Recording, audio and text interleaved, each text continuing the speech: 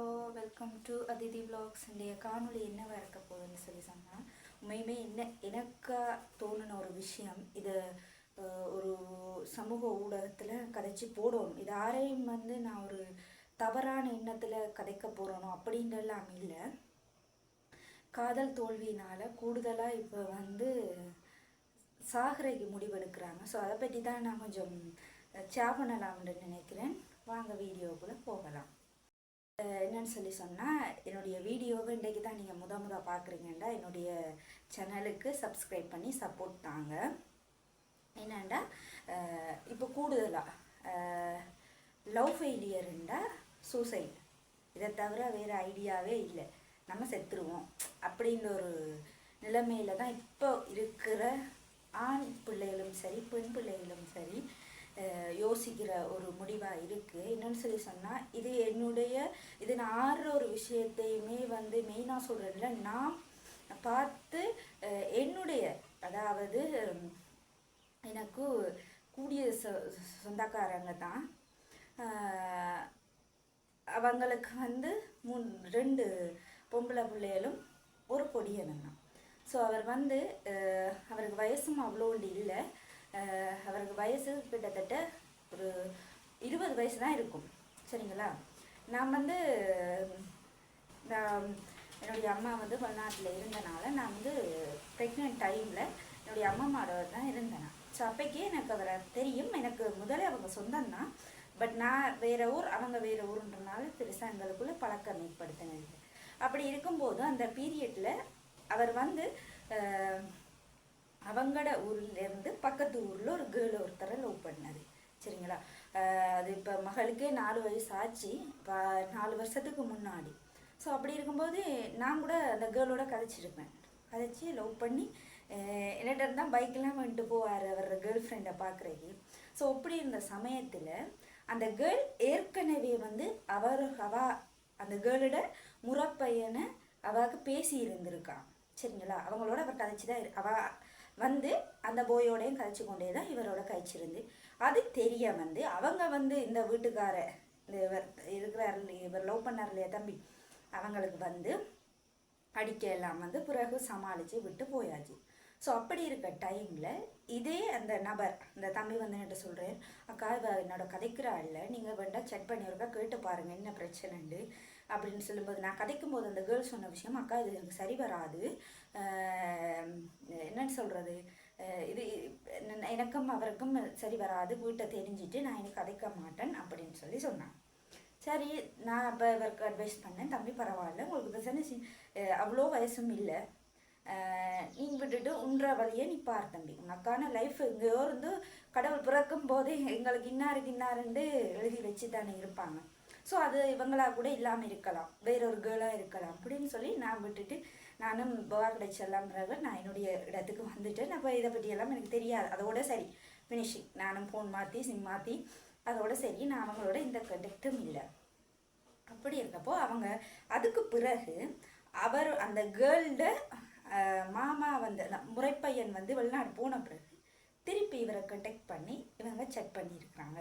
Check பண்ணி கதைச்செல்லாம் இருந்திருக்கிறாங்க. அப்போ இந்த 4 வருஷம் இந்த லவ் ஓடிக்கொண்டு போகும்போது இந்த பொடியன்கிட்ட திருப்பி அந்த லவ் பண்ண அவளோட அந்த பேசியிருக்கிற பொடியன் வெளிநாட்டிலேருந்து வந்ததும் இவடக்குன்னு மனசை மாற்றி இவரோட நம்பரை பிளாக் பண்ணி, நீங்கள் என்னோட கதைக்க தேவையில்ல, வைக்க தேவையில்ல, எனக்கு உனக்கும் சரி வரான்னு மறுபடியும் சொல்ல, இவர் போய் ஆளெல்லாம் ஐயோ ஏன் இப்படி சொல்கிற, ஏன் கதைக்கிறா இல்லை அப்படின்னு எல்லாம் கேட்டுட்டு இந்த டைமில் இவர் கதைச்சிட்டு வீட்டை அதாவது 35 சோடு பெனடோல் 35 பெனடோல் போட்டிருக்கார். சரியா? வேறு விடியப்புறம் ஒரு 3 மணி போல் போட்டுட்டு மயக்க நிலையில் இருக்கும்போது தான் அவங்களோட பெற்றோர் பார்த்துட்டு ஏன் நம்ம இப்படி செஞ்சிருன்னு சொல்லி அழும்போது அவர் இவருடைய பிரச்சனையை சொல்லியிருக்கார். சரி, சொல்லி ஹாஸ்பிட்டல்லாம் கொண்டு அவருக்கு ஒன்றும் இல்லை, கடவுளேன்ற ஒன்று நடக்கலை, இவரை ஹாஸ்பிட்டல் கொண்டு எல்லாம் காட்டி ஐசியூவில் எல்லாம் வச்சு ஓகேன்னு விட்டார். இதில் நான் என்ன சொல்ல வாரேன்னுண்டா, நீங்களே யோசிச்சு பாருங்கள், அந்த குடும்பத்தில் 2 பொம்பளை பிள்ளைகள், ஒரே ஒரு ஆம்பளை பிள்ளை. ஸோ அந்த அம்மா அந்த பிள்ளைய வளர்க்குறதுக்கு இவ்வளோ கஷ்டப்பட்டிருப்பாங்க, அந்த 3 பிள்ளையுமே வளர்க்குறதுக்கு இவ்வளோ கஷ்டப்பட்டிருப்பாங்க. நீங்கள் ஏதோ ஒரு வேறொரு உறவுக்காக உங்களை நீங்கள் நிச்சயமாக ஒரு லவ் ஃபெயிலியர்ண்டா பெயின் இருக்கும், கஷ்டங்கள் இருக்கும், நீங்கள் சேவ் பண்ணணும். உங்களுக்கு ஃப்ரெண்ட் இருக்கா, சேவ் பண்ணணும். அதை மறந்துட்டு எங்கேயாவது ஒரு பயணம் போய் அதை மறக்கிறதுக்கு தான் யோசிக்கணுமே ஒழிய நம்ம செத்துட்டா இதுக்கு ஒரு தீர்வு கிடைச்சிருமுன்னு நினைக்கலாதுனே. அவங்க வேற பையனை கல்யாணம் கட்டிட்டு அவங்க போயிடுவாங்க, அவங்களோட லைஃப் அப்படியே போயிடும். இந்த படத்தில் மாதிரி தான், வேணா அவங்களோட பேரை இந்த பிள்ளைக்கு நான் வைக்கிறேன், அவ்வளவுதான். அது பெண்ணாக இருந்தாலும் சரி ஆணாக இருந்தாலும் சரி, நீங்கள் தற்கொலைக்கு போறீங்க. இத்தனை வருஷம் உங்களை கஷ்டப்படுது, நீங்கள் இப்போ சாகுறீங்கன்னா அந்த அம்மா உங்களை கருவிலையை அழிச்சிருக்கலாம், இந்த பிள்ளை வேண்டாமண்டு. எவ்வளோ கஷ்டப்பட்டு உங்களுக்கே தெரியும். ஒரு தாய் ஒரு பிரசவ அறைக்கு போய் பெற்று வர்றது அந்த தாய் வருமா புள்ள வருமானது தெரியாது. அவ்வளோ பிரச்சனை, அவ்வளோ ரிஸ்கை தானே உங்களை பெற்று எத்தனையோ கஷ்டங்களுக்கு மத்தியில் உங்களை வளர்த்து நீங்கள் அது இத்தனைக்கும் நீங்கள் படிப்பு வேணான்னு சொல்லி விட்டுட்டா சரியப்பா, நீ ஏதோ இந்த பிள்ளை கண்ணுக்கு முன்னுக்கு ஊசலாடி தெரியுது, அவனுக்கு பிடிச்சது அவன் செய்கிறாண்டு உங்களோட தாய் தகப்பன் இருக்கிற தருணத்தில் நான் செத்துட்டா அது உங்களோட பெயினுக்காக நீங்கள் சாகுறீங்க. அதுவும் சரியா? உங்களை பெற்றவங்களை யோசிக்கலை, உங்களோட உறவினர்களை யோசிக்கலை, உங்களோட சகோதரத்தை யோசிக்கலை. நீங்கள் என்ன செஞ்சுருக்கணும்? வீட்டில் ஒரு ஆம்பளை பிள்ளைன்னா நான் தான் என்னுடைய அக்கா. இத்தனைக்கும் அவர் என்னுடைய அக்கா கேம்பஸ் கேர்ள், அவள் கேம்பஸில் போய் படிச்சு கொண்டு இருக்கிறான். இப்போ நீங்கள் என்ன செய்யணும்? சரி பரவாயில்ல, உங்களை ஜாப் பண்ணணும். நீங்கள் மருந்து குடிச்சிட்டு அதை சொல்லும்போது ஏன் அதை உங்களுக்கு முன்னாடியே சொல்லி ஜாப் பண்ணல? எத்தனையோ ஃப்ரெண்ட் பொடியங்களுக்குண்டா ஃப்ரெண்ட் இல்லாமல் இருக்குமா? இருக்கும் தானே. ஏன் அவங்கள்ட்ட சொல்லி பண்ணி உங்களோட மனசை மாற்ற நீங்கள் ட்ரை பண்ண மாட்டேன்றீங்க? உடனே தற்கொலைன்னு சொல்லுங்க. ஒரு ஆணாக இருந்தாலும் சரி, ஒரு பெண்ணாக இருந்தாலும் சரி, ஒருத்தரோட பழகும்போது நிச்சயமாக உங்களுக்கு என்ன ஒரு வருஷத்தில் தெரிய வந்திருக்காதா இந்த கேர்ள் இப்படித்தான், இந்த போய் இப்படித்தான். உங்களோட லவ் பண்ண ஒரு கேர்ளாக இருக்கட்டும் போயாக இருக்கட்டும் ஏன் உங்களுக்கு தெரியாமல் இருக்குமா? தெரிஞ்சிருக்கும் தானே. தெரிஞ்ச பிறகு நீங்கள் இன்னொரு உறவை தேடி போறீங்கண்டா உங்களுக்கு வீட்டில் கிடைக்கிறத விட தனி அன்பு மரியாதை பாசம் எல்லாம் கிடைக்குதுன்னு தான் அவங்கள்ட்ட போகிற தருணத்தில் அவங்கள பற்றி தெரிய வருகின்ற பொழுது ஏன் நீங்கள் இந்த முடிவுகளை எடுக்கிறீங்கல்ல? சரி, இதுக்கு பிறகு நமக்கு சரி வராது, இவங்களுடைய கொள்கை வேறதாக இருக்குது, இவங்க நம்மள்கிட்ட எதிர்பார்க்குற விஷயம் வேறு ஒன்றாக இருக்குது, இவங்க என்ன டைம் பாஸுக்கு லவ் பண்ணுறாங்க அப்படின்றது ஏன் உங்களுக்கு கதைக்குன்ற சந்தர்ப்பத்தில் தெரிய வருது. சரி, தெரிய வந்த பிறகும் சரி, ஏன் நீங்கள் இவங்களுக்கு முன்னுக்கு நல்லா வாழ்ந்து காட்டணும்னு யோசிக்கிறீங்க? ஒரு பெண்ணாக இருந்தாலும் சரி ஆணாக இருந்தாலும் சரி, அழகை பார்த்து லவ் பண்ணுறாங்கன்னா தயவு செய்து அந்த லைஃப்பில் இருக்காங்க விட்டுட்டு போயிருங்க. அழகு என்றைக்குமே நிரந்தரம் இல்லை. பணத்தை பார்த்து லவ் பண்ணுறாங்களா? அதுவும் நிரந்தரம்ன்றதே இல்லை. உங்களோட வேலையை பார்த்து லவ் பண்ணுறாங்களா? இல்லை, அது நிரந்தரமே இல்லை. அந்த லைஃப் நிரந்தரமாகவே இருக்காது. உங்களுக்கு வேலை விட்டுட்டா அவங்களும் விட்டுட்டு போயிடுவாங்க. அது ஆணாக இருந்தாலும் சரி பெண்ணாக இருந்தாலும் சரி. அழகை பார்த்து லவ் பண்ணுறாங்களா? கொஞ்சம் எங்களுக்கு வயசு போய் கொஞ்சம் முகத்தில் சுருக்கம்லாம் அவங்க விட்டுட்டு போயிடுவாங்க. ஏன்னா அவங்க அந்த அழகத்தை லவ் பண்ணி வந்தாங்க. ஏன் அது உங்களுக்கு புரிய மாட்டேது? இப்போத்திய ஜென்ரேஷனில் இருந்து கொண்டு ஏன் உங்களுக்கு விளங்குதில்லை? இப்போ அந்த காலம்னு சொல்லி சொன்னால் கூட பரவாயில்ல. ஏன் நீங்கள் உங்களுக்காக இருக்கிற அம்மா அப்பா அவங்கள யோசிக்கிறீங்க இல்லை? இந்த பெண்ணாக இருந்தாலும் சரி, நீங்கள் லவ் பண்ணுற ஆணாக இருந்தாலும் சரி, இவங்க மட்டும்தான் லைஃபா? அவங்க உங்களுக்கு பாதியில் வந்தவங்க அவங்களுக்காக உங்களோட உயிரை மாய்ச்சி கொள்ளணும்னு நீங்கள் நினைக்கிறீங்க? அப்படி பார்க்க போனால் இப்போ திருமணமான பெண்களோட வாழ்க்கையில் எவ்வளோ பிரச்சனைகள் இருக்குது. அப்போ அந்த பெண்களோ சரி ஒரு ஆண்களோ 2 பேருக்குங்க, திருமணமான ஆண்கள் இருந்தாலும் சரி பெண்கள் இருந்தாலும் சரி, அவங்களோட குடும்பத்துக்குள்ள பணத்தினாலையும் சரி ஏதோ ஒரு பிரச்சனைனாலும் இவ்வளோ கஷ்டங்கள் இருக்குது. அதை தாண்டி அவங்க குடும்பத்தை கொண்டு போகலையா? ஏன் ஒரு இளம் யுவதிகளாக இருக்கிற உங்களுக்கு அது தோண மாட்டேன்டுது? உடனே நம்ம செத்துடலாண்டே ஒரு முடிவை எடுக்கிறீங்க. இதில் எடுக்கிறனால ஒரு யூஸும் இல்லை. என்ன செய்யறீங்க? தாய் தகப்பன் தான் கதறிக்கொண்டே இருப்பாங்க காலம் முழுக்க, என்ற புள்ள போயிட்டேன்ட்டு. ஏன் இதை யோசிக்கிறீங்க? நீங்கள் தேவையில்லை. நீங்கள் யோசிக்கிறீங்க வளர்ந்த பிறகு எனக்கு இந்த லவ்வர் என்ன விட்டு டிப்ரெஷன் இருக்கும், மன அழுத்தம் இருக்கும், அதை எப்படி மாற்றுறன்றதை பற்றி தான் யோசிங்க.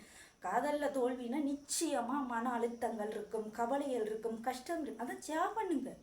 அப்போ எல்லாருக்குமே 100% ஆட்களுக்கு தாங்கிட்ட லவ் பண்ண வாழ்க்கை கிடைச்சதில்லை. அப்படி கிடைக்காட்டி எல்லாருமே செத்துட்டா இந்த உலகத்தில் ஆறு மிச்சம் இருப்பா? நீங்களே யோசிச்சு பாருங்க. இந்த உலகத்தில் ஆறு மிச்சம் இருக்க போறீங்க? ஆணும் இருக்க மாட்டோம், பெண்ணும் இருக்க மாட்டோம். ஏன்னா மாறி மாறி எவ்வளோ பிரச்சனைகள் இருக்கலாம், அவங்க மாறி போகலாம். இந்த உயிரை மாய்த்து கொள்றது மட்டும்தான் லவ்வில் இருக்கா? அவங்களுக்கு முன்னால் வாழ்ந்து காட்டும் நேக்கள் எத்தனையோ ஆண்கள் எடுத்து பாருங்க, எத்தனையோ பெண்கள் எடுத்து பாருங்க, இவ்வளோ பிரச்சனைக்கு பிறகு அவங்க இன்ன வரைக்கும் அவங்க சாதிச்சு கொண்டிருக்கிறாங்க. நீங்க சின்ன வயசுலேயே ஏன் தற்கொலைக்கு தள்ளப்படுறீங்க? உங்களுக்கு இத்தனை வருஷம் பெற்று வளர்த்து உங்களுக்கு இது சரி இது பிள்ளைன்னு பார்த்து வளர்த்த அம்மா அப்பாவுக்கு சரி, நீங்கள் உங்களுக்கு பிடிச்ச வாழ்க்கையை நீங்கள் சாய்ஸ் பண்ணிட்டீங்க, அதில் தப்பு இருக்குன்னா நீங்கள் அவங்கள்ட்ட சொல்லி, அம்மா இப்படி எனக்கு டிப்ரெஷனாக இருக்கு அம்மா, என்னோட அம்மா, என்னோட கதை அம்மா, ஏதோ உண்டை நீங்கள் சா பண்ணலாம் தானே. இப்போ ஒரு பெண்ணுக்கா இருக்கலாம் ஆணுக்கா இருக்கலாம் கொடுக்குற முக்கியத்துவம் ஏன் குடும்பத்தில் உள்ளவங்களுக்கு கொடுக்க மாட்டேன்றீங்க? நஷ்டமாக இருக்கு செய்யுது. அந்த என்னன்னு சொல்றது, நீங்கள் லவ் பண்ணி கொண்டிருப்பீங்க, அது 8 வருஷமோ 10 வருஷமோ, அந்த லவ்வில் ஒழுங்கு இல்லாட்டி அந்த லவ்வை நீங்கள் இழுத்துட்டு போகவே தேவையில்லை. சரியா? அதோட நம்ம லவ் பண்ண பெண் ஏமாத்திட்டா, என்ன லவ் பண்ண ஆண் ஏமாத்திட்டாருன்னு தயவு செய்து தற்கொலைக்கு போவாங்க. அவங்க ஏமாத்திட்டு அவங்களோட லைஃப்பை சட்டப்படி வாழுவாங்க. ஏமாந்த நீங்கள் ஏமாந்ததும் மிச்சம் இல்லாமல் சூசைடும் செய்து உங்களோட வாழ்க்கையை நீங்கள் முடிச்சிடுங்க. பெத்த அம்மா அப்பா பின்னுக்கே அழுது கொண்டு வரட்டும். ஏன் இப்படி செய்கிறோம்? உண்மைக்குமே கவலையாக இருக்குது. இவ்வளோ வழிகளை சுமந்து கொண்டு இந்த தாய் தோப்பன் இவ்வளோ கஷ்டப்பட்டு இவ்வளோ அவமானப்பட்டு இவ்வளோ வழிகளுக்கு பிறகு உங்களை ஒரு பெரிய ஆளாக்கி விட்டா நீங்கள் இருக்கீங்கன்ற ஒரு இதில் தான் பிள்ளைகளை பெற்று வளர்க்குறதே எனக்குன்னு பிள்ளை இருக்கான், எனக்கு கஷ்டப்படும் போது பிள்ளை இருக்குது, அது ஆணாக இருந்தாலும் சரி பெண்ணாக இருந்தாலும் சரி இருக்குன்ற ஒரு தன்னம்பிக்கையில் தான் அந்த பிள்ளையிலேயே பெற்று வராங்க. நீங்கள் உங்களோட பாட்டில் லவ்வுண்டு போகிறதும் காணாமல் உங்களோட உயிரையும் மாய்த்து கொண்டு ஏன் இப்படி செய்யணும்? நிச்சயம் அந்த உலகத்துல ஏதோ ஒரு வழி இருக்கு, நமக்கான இடத்துல வாழ்றதுக்கு ஒரு வழி இருக்கும். தயவு செய்து உயிரை மாய்க்கிறது ஒரு நல்ல ஒரு விஷயம் வந்து செய்யாதீங்க. உங்கள்கிட்ட இருக்கிற ஃப்ரெண்ட்ஸ்கிட்ட இல்லை உறவினர்கள்ட்ட யார்கிட்டயோ போய் சா பண்ணுங்க. உங்களுக்கு கஷ்டம் இருக்கும், காதல் தோல்வினா கஷ்டம் இல்லாமல் இல்லை, அதுலேருந்து மீண்டு வரணும். இங்கே லவ் பண்ணாக்களே தான் லவ் பண்ணாக்கள் கல்யாணம் கட்டணும்னா யாருக்குமே கல்யாணம் நடக்காது. கூடுதலாக எல்லாருக்குமே லவ் ஃபெயிலியர்ஸ் இருக்கும். அவங்களுக்கு ஏற்ற மாதிரி கடவுள் என்ன எங்களுக்கு தலையெழுத்தில் வச்சிருக்காரோ அதுதான் விதிப்படி நடக்கும். எங்களுக்கு இது இல்லையா, அப்போ உங்களை இன்னும் நல்லா பார்த்துக்கொள்கிற ஒரு ஜீவனை கடவுள் உங்களுக்காக நிச்சயமாக கொடுப்பேன். இவங்க இப்படி ஏமாத்துறாங்க, உங்களை மிஸ்யூஸ் பண்ணிட்டாங்கண்டா உங்களுக்கான உறவை கடவுள் நிச்சயமாக இதை விட பெட்டராக கொடுப்பேன். அதுதான் எல்லார லைஃப்லேயுமே நடக்கிறது ஒரு மேஜிக். அதனால் தயவு செய்து தற்கொலை காதல் தோல்வின்னு தயவு செய்து ஆண் ஒரு பெண்ணை ஏமாத்தினாலோ பெண் ஒரு ஆணை ஏமாத்தினால தயவு செய்து இந்த உயிரை மாய்த்து கொள்ளாங்க. அதில் எந்த ஒரு பிரயோசனம்ன்றதே கிடையாது. சரிங்களா? இந்த வீடியோ பார்க்குற எல்லாருக்குமே நான் யாரையும் மனசை புண்படுத்தணும் காயப்படுத்தணும்ன்ற இந்த வீடியோ பதிவு செய்யலை. இந்த பதிவு செய்யறதுக்கான காரணம் தயவு செய்து சூசைட் செய்யாதீங்க. அது எவ்வளோ பெரிய அந்த குடும்பத்துக்கு பாதிப்பு ஏற்படுத்தும்னு உங்களுக்கு தெரியாது. என்னுடைய வீடியோ உங்களுக்கு பிடிச்சிருந்தா லைக் பண்ணுங்கள், கமெண்ட் பண்ணுங்கள். ஏதாவது பிழைகள் இருந்தால் மன்னிச்சிடுங்க.